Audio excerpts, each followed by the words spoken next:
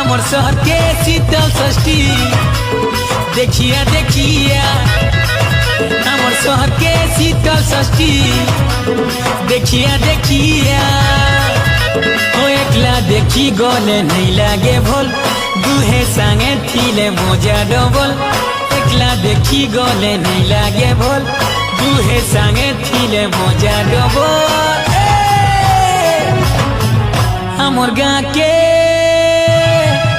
आमर गाँ के शीतल षष्ठी देखिया देखिया आमर शहर के शीतल षष्ठी देखिया देखिया आमर गाँव के शीतल षष्ठी देखिया देखिया आमर गाँ के शीतल षष्ठी देखिया देखिया